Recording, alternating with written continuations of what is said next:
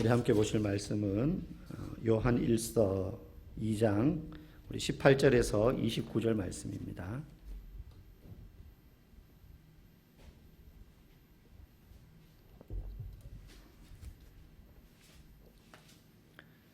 요한 1서 2장 18절에서 우리 29절 말씀. 다 찾으신 줄 알고 한 절씩 교독하시고 29절은 같이 읽겠습니다. 아이들아, 지금은 마지막 때라. 적 그리스도가 오리라는 말을 너희가 들은 것과 같이 지금도 많은 적 그리스도가 일어났으니 그러므로 우리가 마지막 때인 줄 아노라.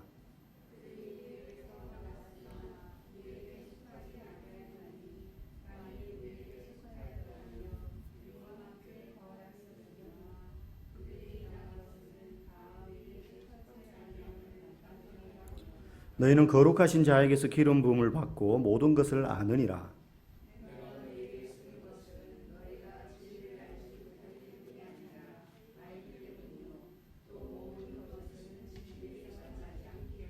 거짓말하는 자가 누구냐? 예수께서 그리스도이심을 부인하는 자가 아니냐? 아버지와 아들을 부인하는 그가 적그리스도니.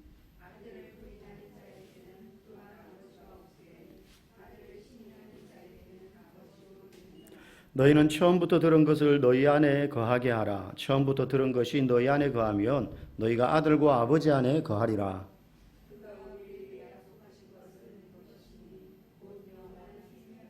너희를 미혹하는 자들에 관하여 내가 이것을 너희에게 써노라.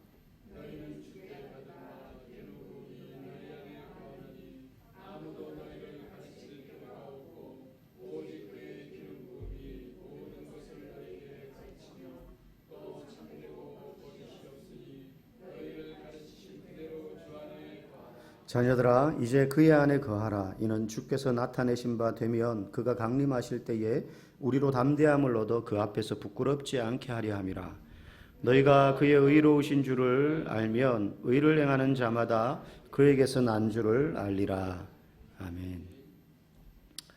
오늘 말씀의 제목은 미혹의 시대를 사는 우리에게입니다. 미혹의 세대를 사는 우리에게. 오늘 18절 말씀의 시작이 성경에서 아주 뭐라 그래야 될까요?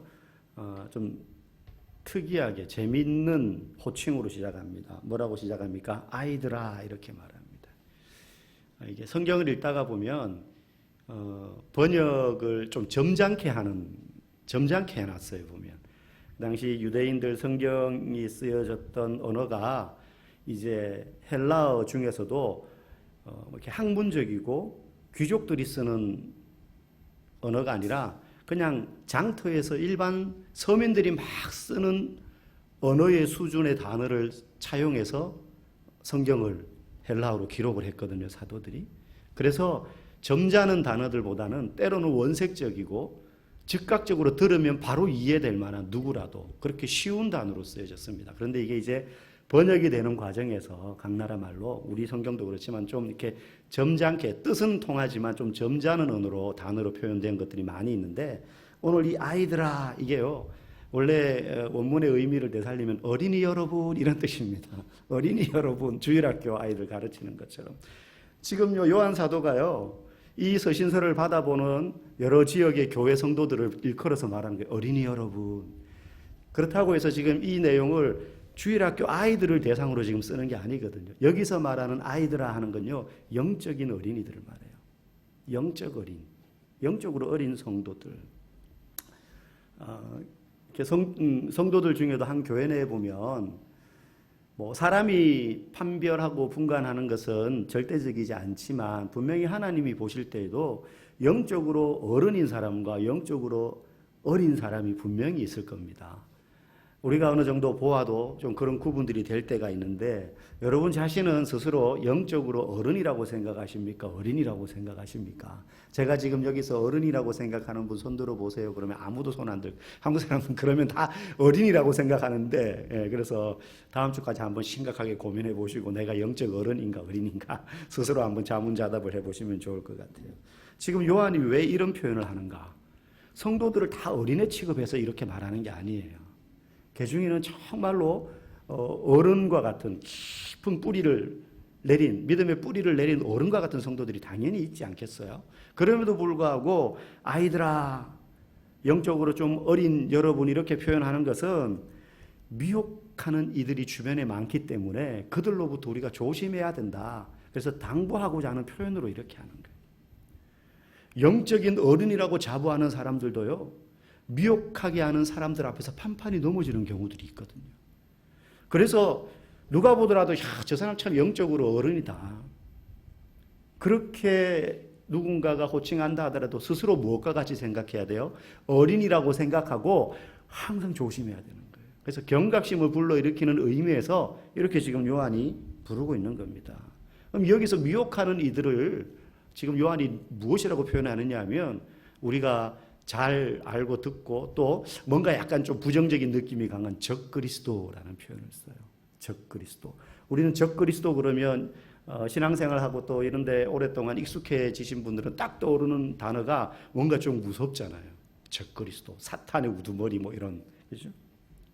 근데 여기서 말하는 적그리스도는 특정한 한 사람을 말하는 게 아니라 오늘 본문을 보면 예수께서 그리스도이심을 부인하는 모든 대상들을 말해요. 그게 어떤 무리일 수도 있습니다. 그죠? 어떤 주동자일 수도 있어요. 아니면 어떤 지도 체제일 수도 있어요. 로마 제국, 황제의 권력 이런 것일 수도 있습니다. 예수께서 그리스도이심, 예수님이 메시아, 구원자, 유일한 구원자라는 사실을 부인하는 그들이 적그리스도라는 거예요. 그런데 이 적그리스도가 어디서부터 시작되었느냐? 오늘 19절에 보니까 그들이 우리에게서 나갔으나 이렇게 말해요. 전혀 교회와 상관없는 외부에서 갑자기 생겨난 존재가 아니고 여기서 적그리스도는 한 특정한 개인도 아니고 요 대상만 적그리스도다라고 말하는 것도 아니에요. 여러 무리일 수 있습니다. 예수가 그리스도심을 부인하는 대상들이니까, 자들이니까. 그런데 오늘 요한이 이야기하는 적그리스도 무리 중에 조심해야 될 대상은 우리 가운데서 나간 이들이 있다는 거예요. 원래 애초에 교회 교인이었는데, 교회 한 무리였는데 그 교회 공동체에 속했던 사람 또는 사람들 중에 적그리스도 무리, 예수님을 부인하는 사람들이 나타났다는 거예요. 뭐 나간 이유는 여러 가지가 있겠죠. 그런데 그들이 예수 그리스도를 부인하는 무리로 만들어졌다는 거예요. 오히려 아주 다른 종교라면 저는 우리하고 달라 이렇게 미혹되지 않아요. 불교인, 뭐 당연히 불교인인 줄 아니까. 그런데 같은 성경을 보고 자신들도 교회라고 주장합니다. 이들이. 우리도 예수님을 안다고 말합니다. 이전에 자기도 교회에 다녔었다. 당신들하고 똑같이. 그렇게 이야기하니 미혹되기 쉬운 거예요. 적그리스도라고 뭐 표시를 하고 다니는 것도 아니지 않습니까? 적그리스도라고 해서 꼬리가 나고 막 뿔이 달린 게 아니지 않습니까? 똑같이 보여요. 그래서 더 조심해야 된다라고 지금 요한은 오늘 본문을 통해서 경계하고 경고하고 있어요. 적그리스도의 가장 큰 특징이 뭐라 그랬습니까? 예수께서 그리스도이심을 부인하는 거라 그랬어요. 오늘 22절 말씀 한번 읽어보겠습니다. 거짓말하는 자가 누구냐? 예수께서 그리스도이심을 부인하는 자가 아니냐? 아버지와 아들을 부인하는 그가 적그리스도니. 예수 그리스도를 부인하는 자. 아버지와 아들을 부인한다는 것은 이 성경을 쓸 당시에 그 얼마 직전까지 살아계셨던 육신으로 역사 가운데 오셨던 그 예수님이 하나님의 독생자로 오신 메시아 그리스도이심을 부인한다는 뜻이. 육신적으로 오신 예수님만 인정하고 영으로 오신 예수님을 부인해도 적그리스도입니다. 영으로 오신 예수님을 인정하고 육으로 오신 예수님을 부정해도 적그리스도입니다. 역사 가운데 오신 예수님은 우리와 똑같은 육신을 입고 현존하셨던 하나님의 아들이세요. 그런데 처음부터 우리는 예수가 그리스도가 아니라고 생각합니다 라고 주장한다면 우리가 미혹될 리가 없죠. 처음부터 그런 말을 하지 않습니다. 예나 지금이나 적그리스도 내지는 오늘 우리가 저 사람들 적그리스도야 뭐 이렇게 말하지는 않지만 이단이라고 이제 통칭하여서 표현을 한다면 그런 이들이 자기들이 이단이라는 것을 처음부터 드러내지 않고 단계가 쭉 있습니다. 단계들이 있어요. 처음에는요, 성도들에게 접근해서 기존 교회의 잘못들에 대해서 막 이야기합니다. 이야기할 수 있죠. 어떤 목회자가 이런 죄를 저질렀다. 어떤 교회가 이런 일을 한다. 들어보면 상식적인 이야기들이에요. 예를 들면 뭐 세습을 한다. 그게 뭐 죄라고 말하기는 그렇지만 세습을 하는 교회에 대한 부정적인 시각을 대부분 가지고 있는 게 사실이잖아요. 이제 그런 데서부터 시작하는 거예요. 그러면서 어떤 교회가 막 싸워가지고 교회가 쪼개졌다더라. 근데 그 쪼개졌는데 보니까는 그 과정에서 누가 또, 뭐 성적인 문제가 있다더라. 교회 재정에 누가 손을 댔다더라. 교회가 그랬어야 되겠냐. 그러면서 교회의 잘못, 목회자들의 잘못, 성도들의 잘못을 막 이야기합니다. 그러면서 관계가 형성되고 거기에 공감하는 사람이 함께 모이게 되고 그런 사람과 친해지면서 친절을 베풀고 실제적인 도움을 주기 시작해요. 물질로 도움을 주기도 하고 어렵지만 자기의 시간을 내어서 일반 사람들이 쏟을 수 없는 그런 애정과 사랑과 정성을 막 그에게 쏟아요.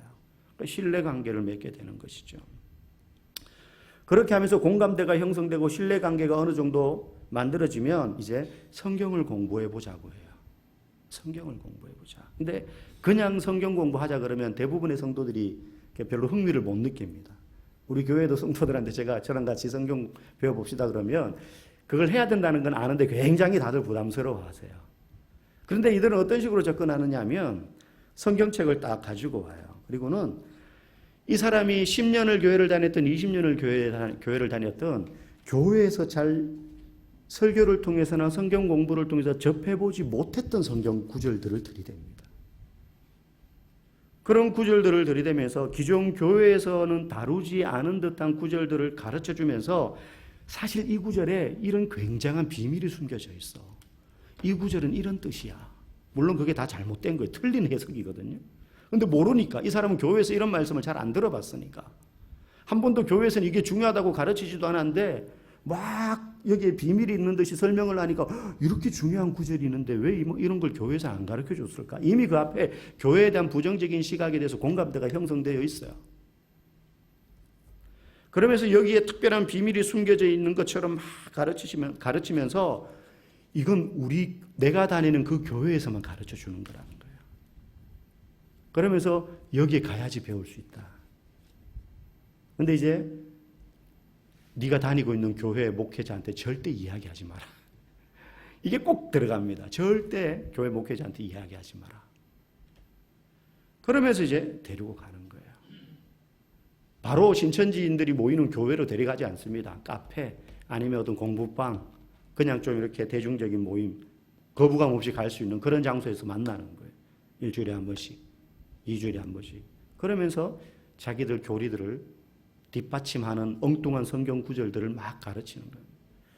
여러분, 교회에서 성경 구절 창세기 1장 1절부터 요한계시록 마지막 절까지 한 절 한 절 뜯어가는 식으로 성경을 가르치는 교회는 어디에도 없습니다. 왜 그들이 들이대는 성경 구절이 이거 왜 우리 교회에서 이렇게 중요한 구절을 안 가르쳐 주지 할 때 그게 중요한데 안 가르쳐 준 게 아니라 물론 성경에 중요하지 않은 구절은 하나도 없지요. 다 의미가 있을 겁니다. 그런데 굳이 그걸 일일이 들어가면서 이거 이런 뜻입니다라고 다 낱말풀이 하듯이 그렇게 가르쳐 주지 않는 이유는 지극히 상식적인 수준으로 이해할 수 있는 구절이고 또 거기에 뭔가 모든 구절마다 굉장한 비밀과 의문과 신비가 들어있지 않기 때문에 누구라도 정상적인 사고를 하고 국어를 읽고 이해할 수 있을 정도가 되면 그냥 문장 그대로 이해해도 충분하기 때문에 그걸 굳이 거기에 막 의미를 부여해가면서 일일이 다 설명하지 않을 뿐이에요. 그게 중요하지 않거나 하찮거나 아니면 비밀의 구절인데 일반 성도들은 알면 안 되기 때문에 가르쳐주지 않거나 뭐 이런 게 아니라는 거예요. 그런데 그들은 그런 식으로 거기에 의미 부여를 합니다. 그러면서 호기심을 자극하고 데리고 가서 그들이 가르치는 성경의 방식대로 성경을 가르쳐요. 그러면서 우리도 예수님 믿고 하나님 믿는다 그래요. 그 사람들도. 제가 이 시간에 많은 이단들을 우리가 다 말할 수는 없지만 이때의 적그리스도라면 오늘날에 우리 주변에 많이 귀에 들린 이단이라고 하면 신천지 같은 단체가 있지 않겠습니까? 저희 교회 제가 저번에 왜 한 달에 한 번 정도 정성스레 이 자필로 쓴 손편지 한 3장, 4장씩 빼곡히 적은 신천지 교인이 저한테 편지를 보낸다고 했잖아요. 한 달에 한 통씩 왔었어요. 책자도 오고 편지도 와요. 보니까는 보낸 사람이 돌아가면서 오는 것 같아요. 근데 핸드폰 번호까지 다 적혀 있어요. 그래서 제가 그냥 받으면 아이고 또 보냈네 하고는 찢어서 버리고 하다가 아무 반응이 없으니까 이 사람들이 괜찮다고 생각해서인지 계속 보내는 거예요. 그래서 한번 제가 전화를 했어요. 그 핸드폰 번호로. 전화했더니 어떤 여자분이 받으시더라고요. 한 번만 더 이런 식으로 나한테 편지 보내면 내 경찰에 신고해 버릴 거라고. 동의를 구하지 않고 보내면. 그리고 이런 거 보내지 마시라고. 내가 아무 말 안 하니까 그냥 뭐 괜찮다고 생각하느냐고. 그렇지 않다고. 엄청 지금 기분 나쁘다고. 하여튼 좀 약간 이렇게 좀 진지하게 말을 드렸어요. 그러고 나서는 지금까지 편지가 오지 않고 있는데, 이들이 이제 신천지에서 주로 주장하는 것 중에 하나가 보혜사라는 말을 잘 써요. 보혜사. 우리도 보혜사 알잖아요. 우리는 보혜사 그러면 보혜사 이꼬르 누구라고 생각합니까? 성령. 거기에 다른 뭐가 없어요. 그런데 이들은 보혜사에 대해서 이런 식으로 설명을 해요. 예수님이 승천하시면서 또 다른 보혜사를 보내주셨다고 했다. 근데 이 보혜사는 여기서부터 약간 비틀어져요. 영도 있고 육도 있다. 예수님도 영이 있고 육이 있지 않았냐. 하나님의 영이신 예수님이 육신으로 오지 않았냐. 그러니 그 예수님이 올라가시면서 나와 또 다른 보혜사를 보낸다 그랬으니 그 보혜사도 영이 있고 육이 있다. 여기서도 잘못된 거거든요. 근데 그럴듯하잖아요. 예수님도 그랬으니 예수님 대신 올 보혜사도 영이 있고 육이 있는 거다. 그래서 영은 성령이고 육은 이 성령을 가리키는 목자다.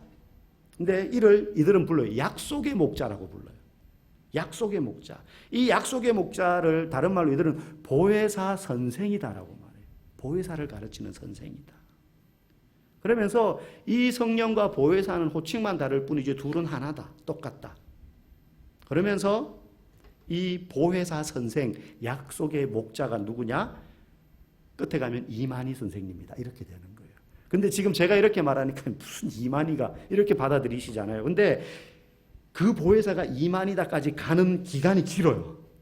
이 과정에 많은 필터가 있어요. 그러니 처음 보혜사에 대해서 듣는 이 마음 상한 성도는 이만희까지 가리라고 생각도 못하고 있는 거예요. 그때까지 여기가 신천지지 몰라요. 신천지란 말도 안 써요. 교회와 똑같은 용어를 써요. 그래서 이만희까지 가기 꽤 시간이 오래 걸립니다. 그동안 계속 친절과 도움을 베풀고 기존교회를 비방하면서 맞장구 쳐주고 가스라이팅을 하는 거예요. 신뢰관계를 쌓는 거죠. 그러다가 나중에는 이만희가 바로 성경에서 약속한 그 약속하신 선생이다. 즉 보혜사다. 이렇게 말해도 거부감이 안 듭니다. 거부감이 안 들어요. 이런 게 적그리스도예요. 미혹하는 거죠. 미혹하는 거예요. 여러분, 보혜사가요, 한자로, 참 이 사람들 재밌어요.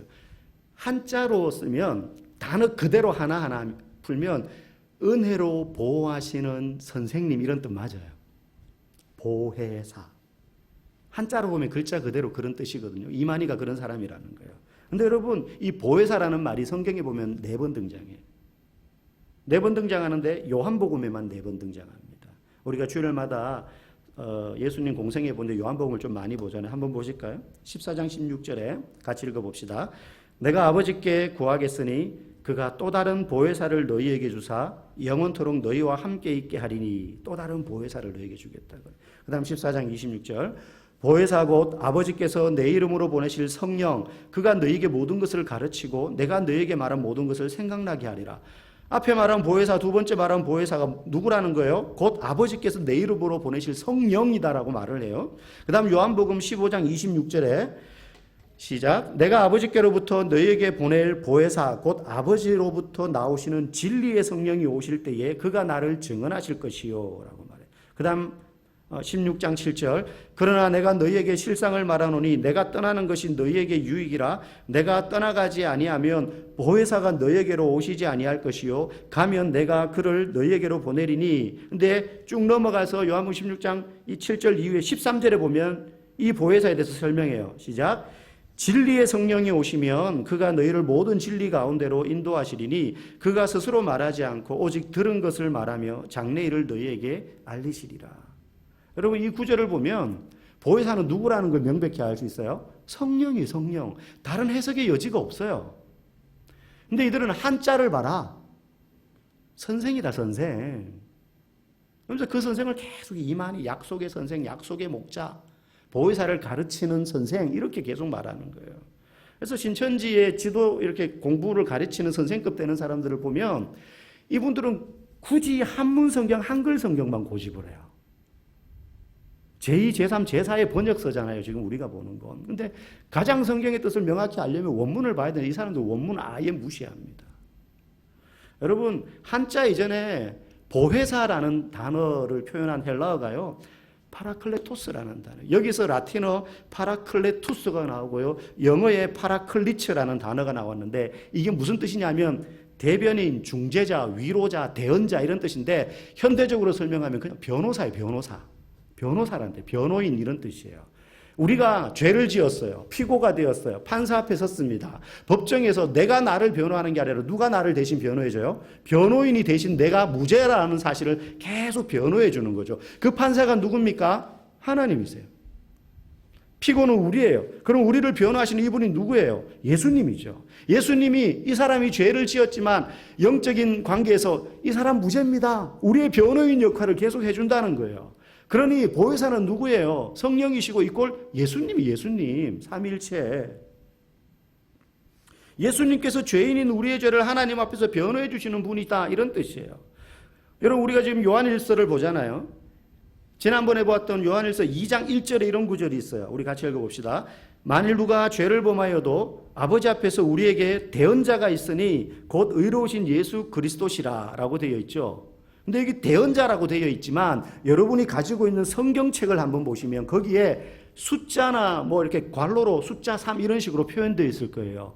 그러면 그 밑에 보면 난하주 돼가지고 대언자가 뭐냐? 보혜사다 이렇게 되어 있어요. 헬라어 몰라도 돼요. 그냥 한글 성경만 잘 봐도 아, 보혜사는 성령이구나. 대언자는 바로 성령을 말하는구나. 보혜사의 뜻은 우리의 대언자라는 뜻이구나. 그 대언자 역할을 누가 했습니까? 예수님이 하셨어요. 근데 신천지는 그 보혜사가 이만희다라고 말해요. 이만희가 재림주다. 이렇게 가는 거예요, 결국. 여러분, 우리가 이런 적그리스도에게 오늘날 미혹되지 않으려면, 이단이 너무 가까이 와 있습니다. 미혹되지 않으려면 어떻게 해야 되느냐? 진리 안에 거해야 된다라고 오늘 24절 말합니다. 읽어보겠습니다. 너희는 처음부터 들은 것을 너희 안에 거하게 하라. 처음부터 들은 것이 너희 안에 거하면 너희가 아들과 아버지 안에 거하리라. 처음부터 들은 것. 요한을 비롯하여 사도들로부터 그들이 처음 전해 들은 복음의 내용. 예수가 하나님의 아들이신 것과 그분이 우리의 죄를 위하여 죽으신 그리스도시라는 것. 그분이 우리의 대언자라는 것. 이 사도들에게 들은 복음 외에 다른 것에 거하지 말라는 거예요. 여러분, 저는 분명히 사도도 아니고 이 시대 사도의 역할을 하는 사람은 없습니다. 그 사도의 기능을 사람들이 직분에 따라 조금씩 감당할 뿐이에요. 목사는 사도도 아니고 그리고 예수님의 12제자와 같은 사람도 아니지만 제가 이상 야리꾸리한 사이비가 아닌 다음에야 여러분에게 성경을 가르칠 때 부족하지만 복음의 진리, 여러분 다른 것들은 성도들이 목사보다 다 훌륭해요. 제가 무슨 공장에서 기계 물건 생산하는 걸 여러분들보다 잘 알겠습니까? 영업을 여러분들보다 잘 하겠습니까? 여러분 다 어떤 분야의 전문가고 직업적인 특성을 가지고 있고 부동산에 대해서 저보다 더 잘 알고 돈 버는 법에 대해서 저보다 더 잘 알아요. 목사는 그런 부분에 대해서 여러분들에 비하면 아마추어고 잘 몰라요. 그런데 성경을 공부해서 그걸 풀어서 여러분들에게 가르치는 부분에 있어서는 그래도 저는 여러분들보다는 익숙하고 능숙하게 훈련을 받은 전문가예요. 그러면 제가 여러분들에게 전혀 다 이상한 성경 말씀을 희한하게 가르치는 그런 사람이 아니라면 사도는 이 시대에 없으니 여러분에게 전해 들은 바 이 복음의 진리에 대한 가르침 안에 여러분들은 계속 거해야 되는 거예요. 계속 거한다는 말은 계속 배워야 된다는 거예요. 한 번 들은 예수님이 그리스도라는 거 알죠, 목사님? 여러분 아는 걸로 부족합니다. 계속 그걸 내가 기억하고 되새기고 그 단순한 진리 안에 우리가 알아야 될 것들이 참 많아요.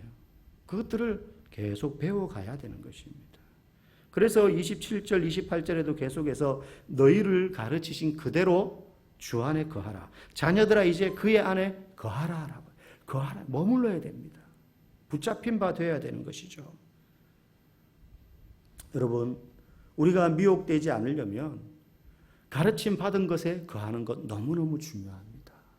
목사님, 저 옛날에 소시적에 제자반도 다 해봤고, 전도 폭발도 해봤고, 크로스웨이도 해봤고, 뭐 성경 공부도 다 해봤고, 다 정말 많이 배워봤어요. 압니다. 여러분, 그렇게 다 배워본 걸로 따지면은 제가 제일 많이 배워보지 않았겠습니까? 근데 저는 지금도요, 설교 준비하면 이게 도대체 원문에서 무슨 의미지, 이 단어가. 내가 어렴풋이 아는 것이 진짜 확실한가, 정확한가, 그걸 또 찾아보고 이걸 다른 분들은 어떻게 해석을 했을까, 적용을 했을까, 또 공부를 하거든요. 여러분, 우리가 하나님의 말씀의 진리 안에서 단순히 아는 그 한두 문장이 아니라 계속 그 진리 안에 거하기 위하여 가르침을 받는 것이 너무 중요합니다. 가짜를 구분하려면요, 가짜를 연구할 필요가 없어요. 진짜를 제대로 알면 되는 거예요. 진짜를 제대로 알면 되는 거예요.